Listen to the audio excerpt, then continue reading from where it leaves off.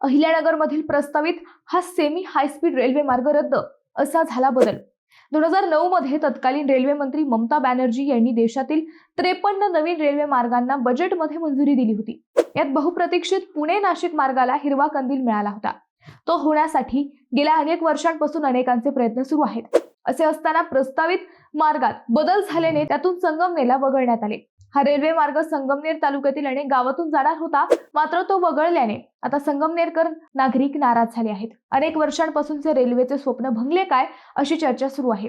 पुणे जिल्ह्यातील जुन्नर तालुक्यातील giant metrewave radio telescope GMRT प्रकल्प येत असल्याने हा मार्गच रद्द करण्यात आला। नवीन मार्ग हा पुणे अहिल्यानगर निंबळक पुणतांबा पिंपळगाव साईनगर शिर्डी नाशिक असा असेल। पूर्वीचा मार्ग पुणे चाकण मनसर नारायणगाव संगमनेर सिन्नर नाशिक असा होता। पूर्वीप्रमाणे तो झाला पाहिजे अशी आजही पुणे अहिल्यानगर आणि नाशिक जिल्ह्यातील नागरिकांची मागणी आहे। परंतु केवळ GMRT प्रकल्पाचे कारण देत रेल्वे मार्ग वगळण्याची घातलेली घाट हा पूर्णपणे चुकीचा आहे असे म्हटले जात आहे।